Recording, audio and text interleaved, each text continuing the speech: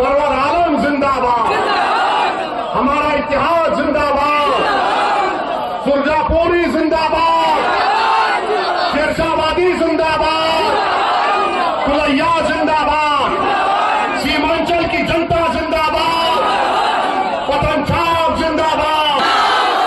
11 तारीख के दिन कोचा दामन के आसमानों पर सिर्फ पतंग नजर आना चाहिए, पतंग नजर आना चाहिए, और चरमपत्ती का बदला आप देंगे, मैं नहीं। मेरे अजीज दोस्तों और बुजुर्गों, ये हाल आज बिहार का हो रहा है। अरे एक्सट्रीमिज्म अगर कर रहे हैं तो आरएसएस कर रही है, एक्सट्रीमिज्म कर रही है तो बीजेपी कर रही है। जो बीजेपी का एक मंत्री ने बिहार के मुसलमानों को नमक हराम कहा, मगर तेजस्वी उसको नहीं बोलता। किसको बोलता है? एक मर्द मुजाहिद को बोलता है। किसको बोलता है? जिससे उसको डर है, उसकी कुर्सी को डर है। तो इल्जाम लगा के समझ रहा है कि ओवैसी के लोग या ओवैसी पीछे हट जाएगा। तेजस्वी जब तक जिंदा हूं पीछे हटना मेरी फितरत में नहीं है। मर जाऊंगा मगर पीछे नहीं उठूंगा सीमांचल के लिए, कट जाऊंगा मगर झुकने नहीं दूंगा सीमांचल की जनता को, इंशाअल्लाह होता है। ये समझ रहा है। अरे तुमने सियासत कहां सीखी?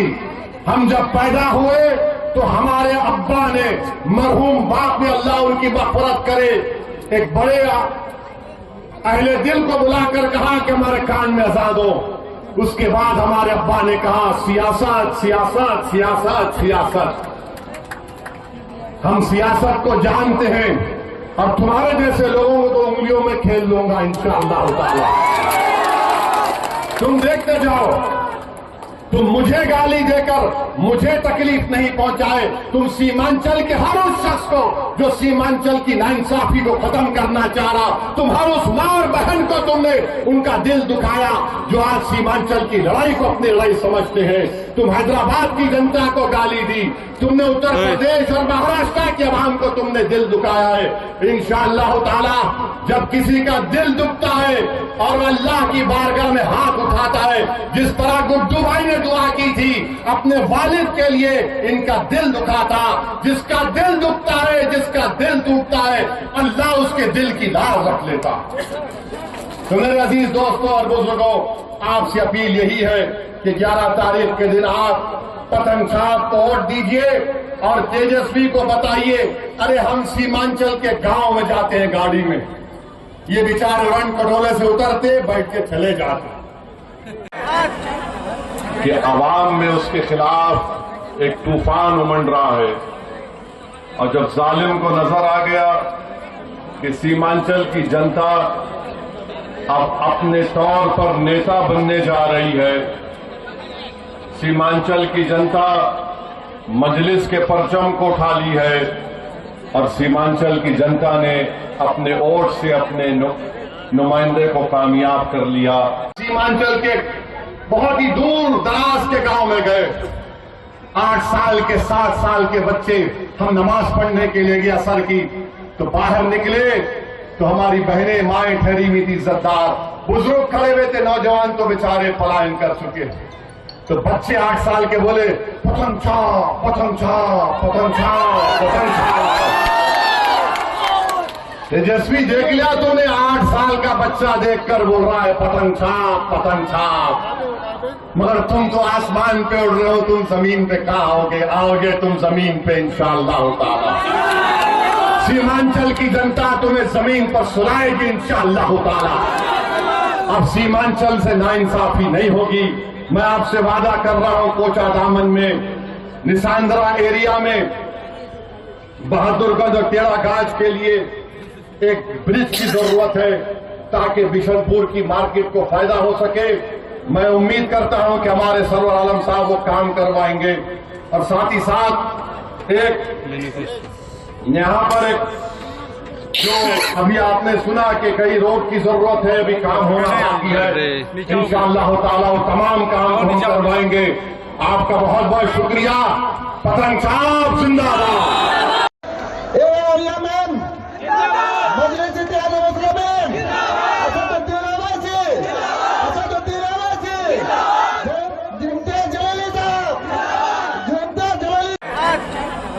कि अवाम में उसके खिलाफ एक तूफान उमड़ रहा है। और जब जालिम को नजर आ गया कि सीमांचल की जनता अब अपने तौर पर नेता बनने जा रही है, सीमांचल की जनता मजलिस के परचम को उठा ली है और सीमांचल की जनता ने अपने वोट से अपने नुमाइंदे को कामयाब कर लिया। नहीं देंगे ना, अगर नहीं देंगे तो फिर याद रखो पूरी ताकत के साथ आपको 11 तारीख के दिन अपना वोट डालना पड़ेगा। आप जहर को खत्म करोगे या जहर का इजाफा करोगे? आप जो जिंदगी मोदी के साथ गुजार दिया बीजेपी ने, उसका साथ दोगे? किसका साथ दोगे आप बताओ? गुड्डू बाबू खड़े हुए हैं, इनका वीडियो देखा मैं, ये अपने परिवार के साथ रो रहे थे। देखकर मैं भी जज्बाती हो गया कि तेजस्वी को जरूरत थी इजहार अस्वी की इस्तेमाल करके खंजर मारकर छोड़ दिया।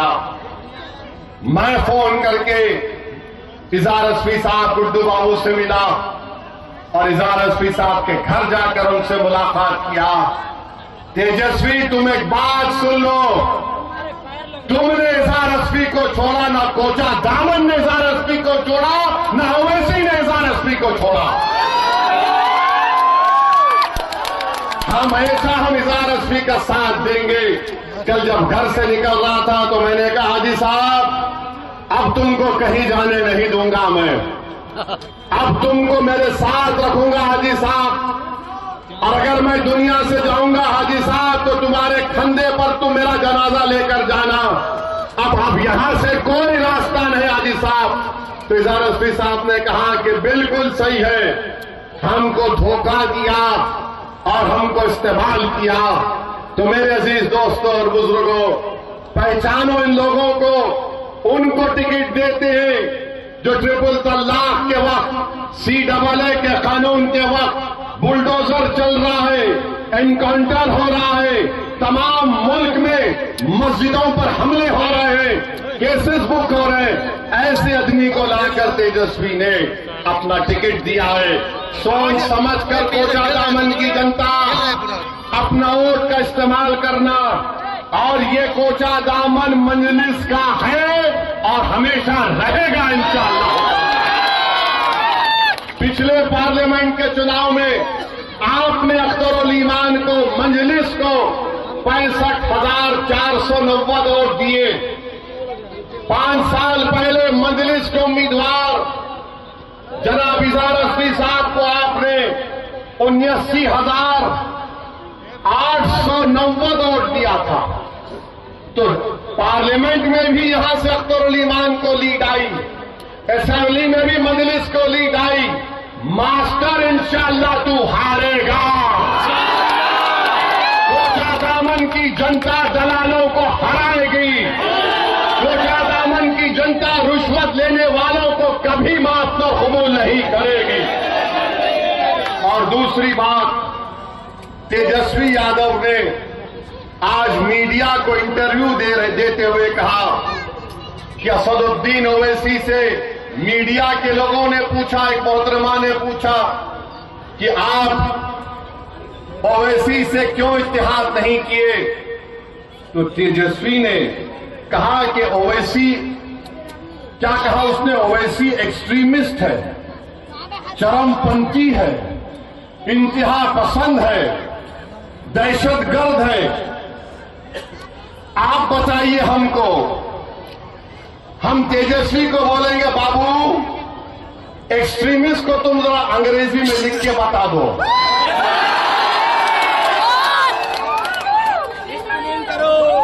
हमको एक्सट्रीमिस्ट बोलता है, नहीं सुनिए, हमको एक्सट्रीमिस्ट क्यों बोलता है?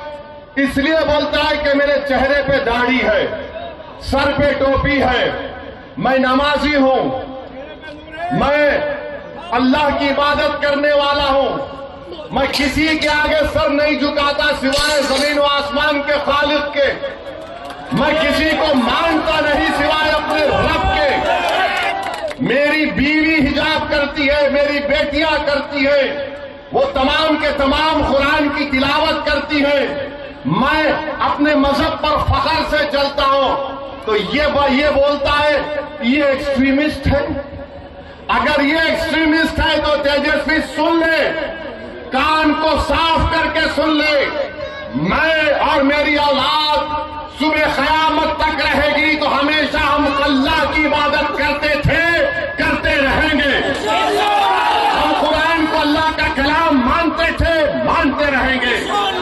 हम रसूलुल्लाह सल्लल्लाहु अलैहि वसल्लम पर, उनकी अज़मत पर अपना सब कुछ कुर्बान करते आए और करते रहेंगे। अगर रसूलुल्लाह सल्लल्लाहु अलैहि वसल्लम का उम्मती होना एक्सट्रीमिस्ट है तो सुन तेजस्वी, मुझे फख्र है कि मैं आका का उम्मती हूं। आरएसएस के भी लोग हैं जो कभी नहीं चाहते हैं कि सीमांचल की जनता खुद अपने मुकद्दर के फैसले करे। वो यही चाहते हैं कि सीमांचल की जनता गरीबी और कस्बापुरसी के आलम में अपनी जिंदगी गुजारे। वो कभी नहीं चाहते कि सीमांचल के बच्चों के लिए स्कूल का इंतजाम हो जाए, कॉलेजेस का इंतजाम हो जाए। वो कभी नहीं चाहते कि नदी के कटाव का काम हो जाए। वो कभी नहीं चाहेंगे कि सीमांचल से इंसाफ मिलना शुरू हो जाए। इसीलिए उन जालिम ताकतों ने, जहनों ने मजलिस इत्तेहादुल मुस्लिमीन के 4 एमएलएस को मजलिस से तोड़ा। और सबसे बड़ा इसमें मुजरिम तेजस्वी यादव और आरएसएस के बाद अगर कोई है तो जोकीहाट का वो शाहनवाज है।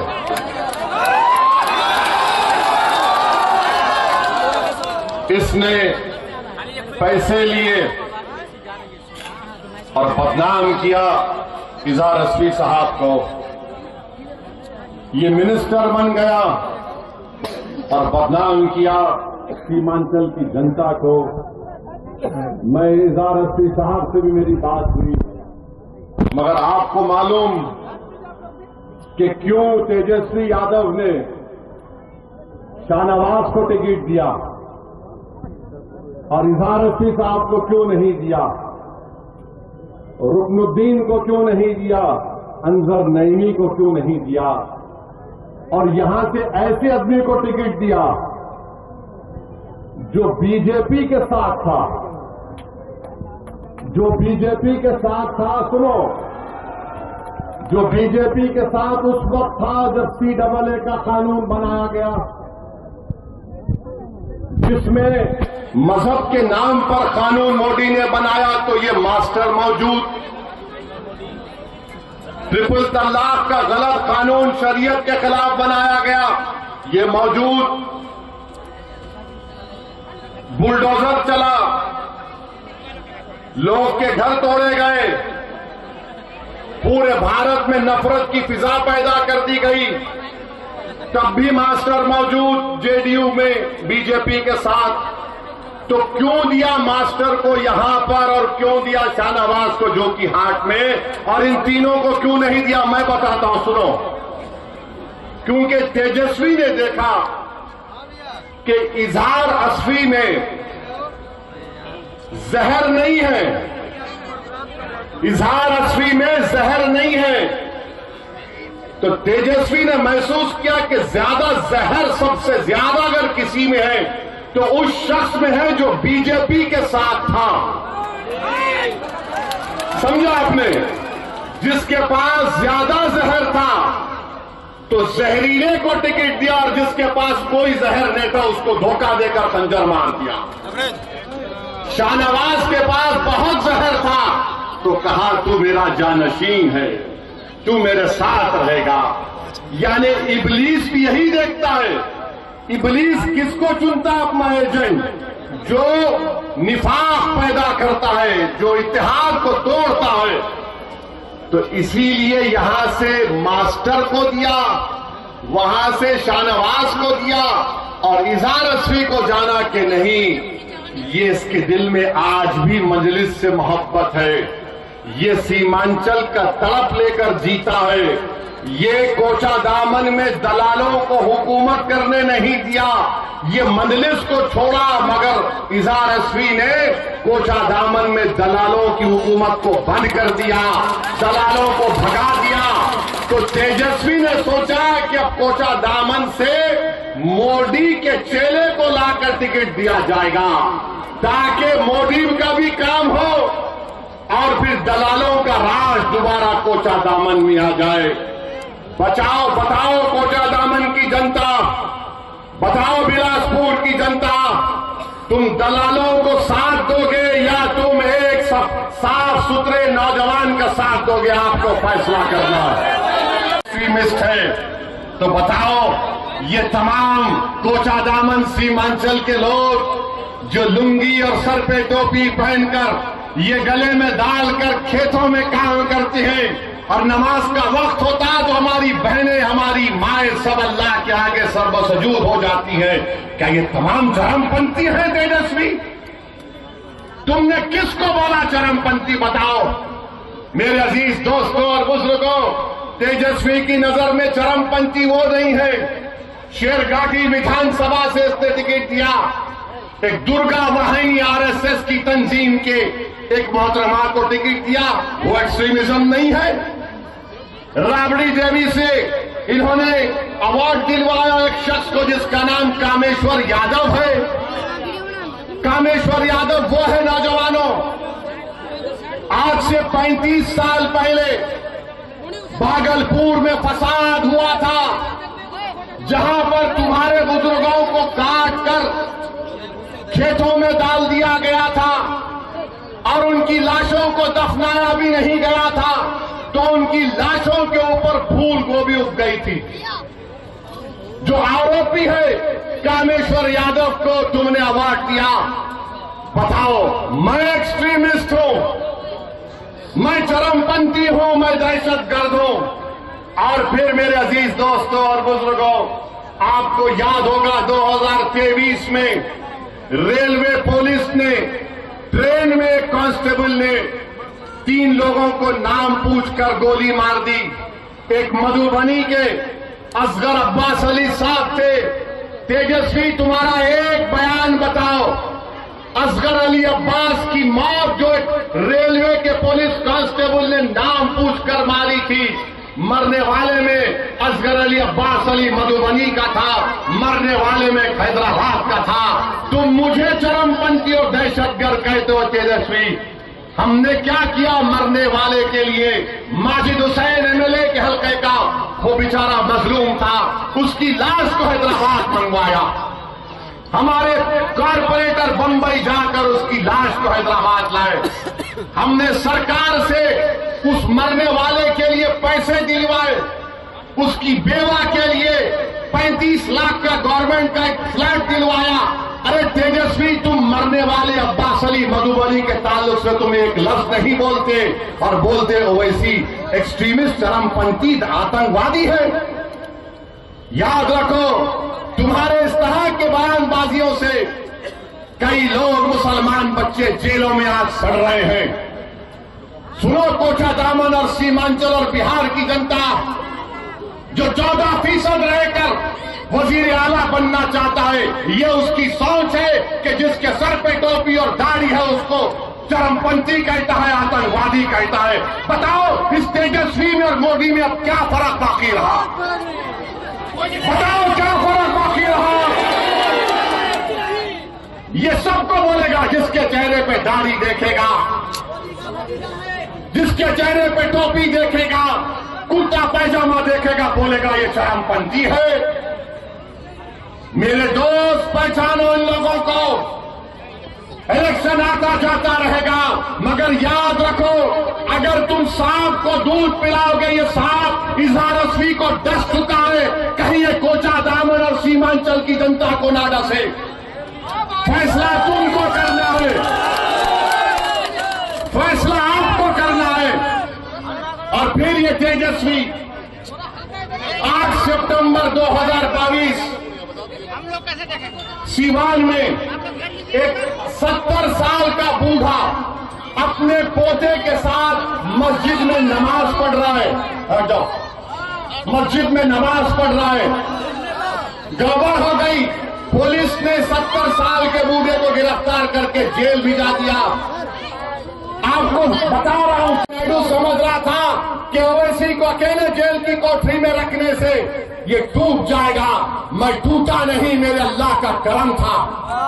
मैं दुआएं करता था, मस्जिद उस जेल में नमाजें पढ़ता था और अल्लाह से दुआ करता था कि रब्बे करीम, जेल को जाना सुन्नत है, तू मेरी इस चीज को कबूल कर ले। और मेरे जिंदगी का अजीम मकसद ये है, जेल में मैंने दुआ की कि परवरदिगार, ये जिंदगी तेरी दी हुई अमानत है। मेरी आंख को बंद करने से पहले मेरी एक ही दिली तमन्ना है कि गरीब और मजलूम अवाम की सियासी क़ियादत खड़ा कर दे। जेल में मैंने दुआ की थी, नहीं मालूम। आज मैं सीमांचल को आ गया, आपसे बात कर रहा हूं, 29-28 साल पुरानी बात कर रहा हूं। और ये कहकर कहता है चरमपंथी, आतंकवादी, तेजस्वी तुमको बहुत भारी पड़ेगा। 11 तारीख के दिन जब कोचादामन की जनता जाएगी तो वोट डालेगी दलालों के लिए नहीं, बल्कि शराफत के नाम पर वोट डालेगी इंशाअल्लाह ताला। तुमने मुझे एक्सट्रीमिस्ट कहा ना, अब तुम देखते जाओ। अरे ये जबान बहुत दराज है। याद रखो, जब ओवैसी ने कहा कि 17% का मुख्यमंत्री होगा, अब्दुल्ला का बेटा मुख्यमंत्री होगा, ईसा का बेटा, फातिमा का बेटा बिहार का मुख्यमंत्री होगा, तो लोग इंशाअल्लाह, तो लोगों ने कहा तेजस्वी को बड़ी तकलीफ हुई, वो बहुत परेशान है, ये ओवैसी क्या बोल रहा है। अरे बाबू, ख्वाब देखना गुनाह नहीं है, दुआ करना गुनाह नहीं है, मगर ख्वाब और अपने अज़ाइम को, अपने ख्वाहिशों को पूरा करना, अगर उसमें इखलास है तो अल्लाह कामयाबी देने वाला है। यादव 14% है और तेजस्वी 36% यादव को टिकट देता है। इज़हार अस्वी को इस्तेमाल किया, पीठ पे खंजर मारा और जिसमें ज्यादा जहर था उसको टिकट दे दिया। और हम चरमपंथी है, हम एक्सट्रीमिस्ट हैं। बताओ मेरे अजीज दोस्तों और बुजुर्गों, कोचादामन की जनता, आपने हमेशा मजलिस का साथ दिया। इज़हार अस्वी साहब को आपने 79,000 वोट देकर कामयाब किया। पार्लियामेंट के इलेक्शन में 2024 में 65,000 वोट सबसे ज्यादा आपने अख्तरुल ईमान को दिए।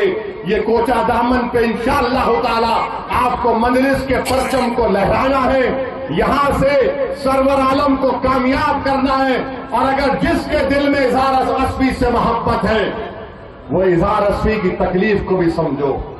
और जिसके दिल में ये मानता है कि ओवैसी चरमपंथी नहीं है, तो आपको क्या करना है आप जानते हैं।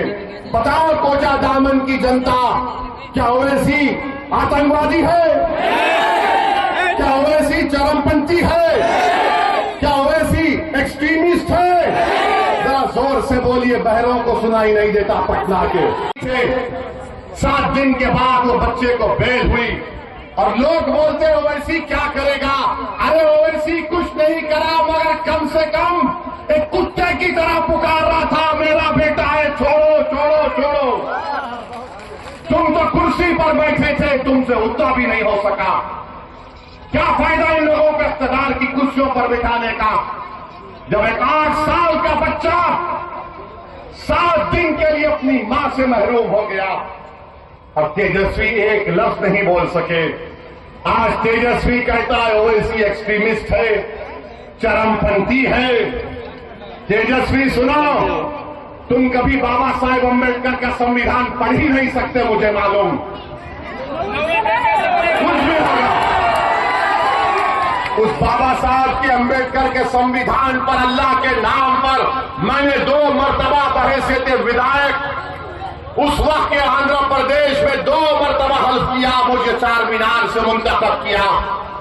5 मरतबा मुझको हैदराबाद की अवाम ने विधायक मुंतखब किया। मैं बाबा साहब के संविधान पर हाथ रखकर अल्लाह के नाम पर हल्फ किया। याद रखो तेजस्वी, तुम मुझे चरमपंथी आतंकवादी कहकर तुमने कोचादामन और सीमांचल की जनता की तौहीन की है। तुमने हैदराबाद, तेलंगाना, महाराष्ट्र, उत्तर प्रदेश की जनता की तौहीन की है। तुम्हारी ये ज़हनियत है कि जो तुम्हारे सामने नहीं झुकता जो तुम्हारे सामने नहीं बिकता, जो तुम्हारे बाप से नहीं डरता, तुम उसको चरमपंथी कहते हो। मेरे अजीज दोस्तों और बुजुर्गों, ये सोच उस शख्स की है जो बिहार का मुख्यमंत्री बनना चाहता है। क्यों मुख्यमंत्री बनना चाहता है? 15 साल परिवार को मिले। अब हमने क्या कहा, मजलिस ने क्या कहा, जब 3.5% के मल्ला बरादरी वाले उप मुख्यमंत्री बनने का ऐलान करते हैं, तो फिर 17% मुसलमान अल्पसंख्यक समाज के क्या करेंगे? मैंने कहा कि हमको उप मुख्यमंत्री नहीं चाहिए, अब हमको मुख्यमंत्री का पोस्ट चाहिए। मुख्यमंत्री बनेगा सीमांचल का बेटा इंशाअल्लाह। तुम लिख के रख लो तेजस्वी, मैं हैदराबाद से जरूर आया हूं और आता रहूंगा। सीमांचल का बेटा मुख्यमंत्री बनेगा। तुम नहीं बनोगे, ना बनने देंगे इंशाअल्लाह ताला। तुम में इतनी नफरत है, एक चेहरे पे दाढ़ी, सर पे टोपी तो एक्सट्रीमिस्ट। कभी तुमने पढ़ा एक्सट्रीमिस्ट किसको बोलते हैं? कभी तुमने देखा एक्सट्रीमिस्ट किसको बोलते हैं? अरे सुन तेजस्वी, जब भारत को जरूरत पड़ी पाकिस्तान के आतंकवाद के उस बुज़दिलाना हमले पहलगाम के बाद, तो जब मैंने भारत के पक्ष में बोलना शुरू किया, तो पाकिस्तान के जालिम लोग बोल रहे थे कि भारत में एक ओवैसी है जो चरमपंथी है। तो मालूम हुआ पाकिस्तान के लोगों की जबान अब तेजस्वी बोल रहा है। समझा आपने? पाकिस्तान में जो दहशतगर्द बैठे हैं, जिन्होंने हमारे 26 भारत के नागरिक को मारा क्योंकि वो हिंदू थे, जब ओवैसी खड़ा हुआ भारत के नासालिमियत के नाम पर, तो पाकिस्तान के तमाम लोग बोल रहे ये शेरवानी, सर पे टोपी, चेहरे पे दाढ़ी, ये एक्सट्रीमिस्ट है, ये चरमपंथी है, आतंकवादी है। तो लगता है तेजस्वी तुम पाकिस्तान से ये लफ्ज उठाए हो। इतनी मोहब्बत तुमको पाकिस्तान से हो गई तेजस्वी। मुझे पाकिस्तान से कभी ना मोहब्बत थी ना रहेगी। मेरी रगों में उन लोगों का खून है जिन्होंने पाकिस्तान को जाने वालों का बायकॉट किया। मेरी रगों में उन लोगों का खून है जिन्होंने अंग्रेजों को मार के भगाया था। हमको भारत के नागरिक होने का फख्र है, मगर ये शख्स चरमपंथी कहता है, वो पाकिस्तान के आतंकवादी भी मुझे एक्सट्रीमिस्ट और आतंकवादी कहते हैं। तो लगता है तेजस्वी को तालीम पाकिस्तान के आतंकवादी दे रहे हैं, पाकिस्तान के आतंकवादी दे रहे हैं। बोलो बाबू बोलो, याद रखो तेजस्वी, असदुद्दीन ओवैसी को तुमने पहचाना नहीं, तुम जानते नहीं असदुद्दीन ओवैसी को। मैं बागों में चलकर, चमन में चलकर यहां तक नहीं पहुंचा